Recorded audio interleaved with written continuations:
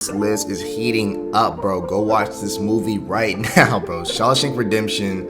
It might have made it into my top 5 movies of all time. I ain't gonna hold you at all, bro. Like, everything about this movie is phenomenal. This may be the best movie I've seen on this list up until this point, bro. This is for sure a classic. Let me go ahead and start the video off with that, my nigga. It's 10 out of 10 instantaneously. There's nothing wrong with this movie whatsoever. The storyline is amazing. It basically starts off with this guy arriving to a prison called the Shawshank prison, of course. This takes place in maybe the 30s or 40s. It takes place a long time ago. It's nowhere near recent time, but it makes its way up into recent time, bro. Basically what this takes place is the guy, allegedly murdered his wife and her secret lover. That's what the whole story starts off as. It shows him basically drive up to the house. He has a gun inside his hand. He's just staring at it. And then it cuts to the courtroom and he gets sentenced to jail for lifetime times 2 or something. And that's crazy. Sentencing somebody to 2 lifetimes is absolutely insane, bro. I'd just rather be killed at that point. I ain't gonna hold you. Send me to the chair. I'm not doing that shit. Absolutely not, bro. But he gets sent to the jail and, of course, meets our narrator, Morgan Freeman, the GOAT. Now, if you're wondering, why is Morgan Freeman considered such a classic, such a GOAT inside this acting game? What has he even done? Go watch this movie right now. This movie must be what gave him all the credit he'll ever need inside life. I don't even think he's young inside this movie, because I think this movie came out in 1997 or something like that. It's definitely an older movie, but it's not like Morgan Freeman old. He might have still been 75 in this movie on some real shit, because I don't even know how old Morgan Freeman is. He could be 100 and I'd be like, oh shit, you could tell me anything and I believe that shit on some real shit. But yeah, so he gets to the prison, he meets Morgan Freeman.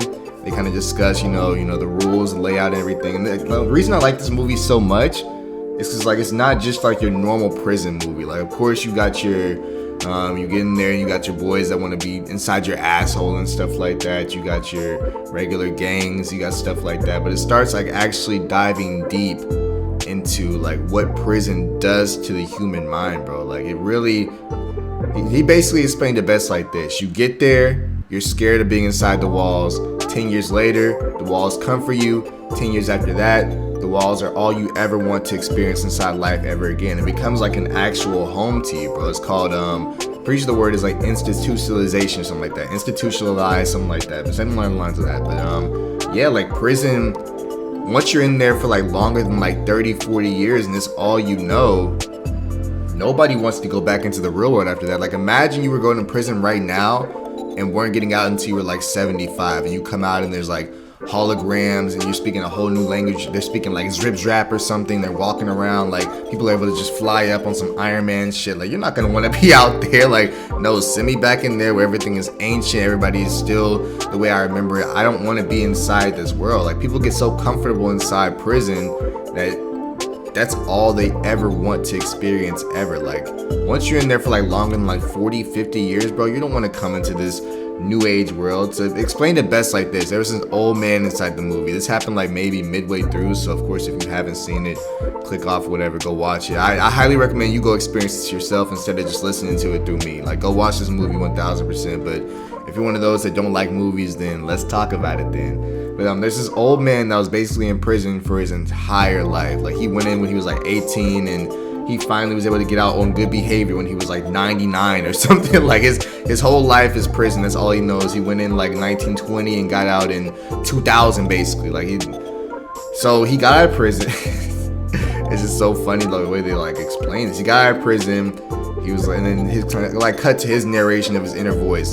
So Morgan Freeman's no longer the narrator. This old man is for 5 minutes or whatever. He's when I went into prison, it was a rarity for anybody to have a car. Everybody mostly had horse and buggies, but now everybody has a car. He went in when in the olden times or some shit, during the Salem witch trials, and then came out when everybody had a car.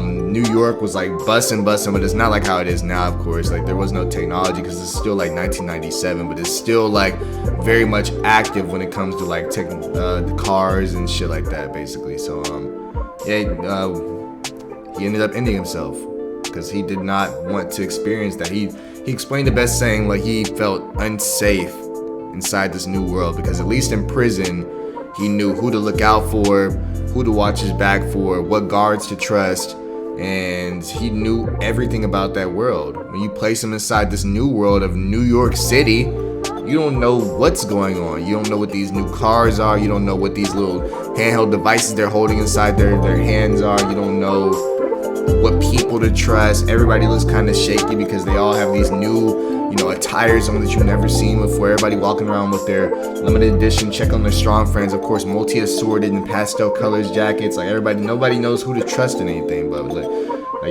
he ended up ending himself, which is very, I feel like it's an accurate depiction, because we hear a lot of even veterans, people that just get stuck in a mindset of only knowing one thing, and then you throw them back into this new world.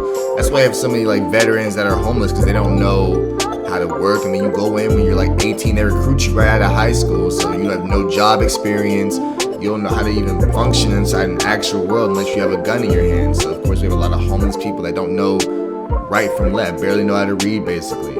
I feel like it's the same thing with jail. They don't really teach you anything inside there. All your assets and skills are purely jail. So when you get out, you literally know how to do nothing. You can't work, you can't read, you can't talk right, you can't be polite because you're so on edge inside prison and don't know how to actually have a normal conversation with people. It's a way different thing, man. And Shawshank Redemption for sure explained this best I've ever seen.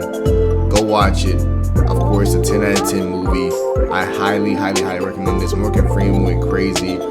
Morgan Freeman's not the main character. The main guy is the main white guy that showed up at the very beginning but it's the story is narrated through Morgan Freeman's eyes of this white guy's story. So the white guy is the protagonist, yes, but it's told through the eyes of Morgan Freeman as a narrator. It's kind of hard to explain. Go watch it, of course. He got that soothing voice, so it's easy to get immediately immersed into the movie. Highly, highly, highly recommended. Shawshank Redemption, 10 out of 10. Hope you guys enjoyed this. Check on your strong friends, pray for enemies, not religious, at least wish them well. I'll see you guys next one. I'll try to watch this next movie maybe tonight or tomorrow and get that video out to y'all by Monday maybe. So hope you guys enjoyed this. Peace. Yeah.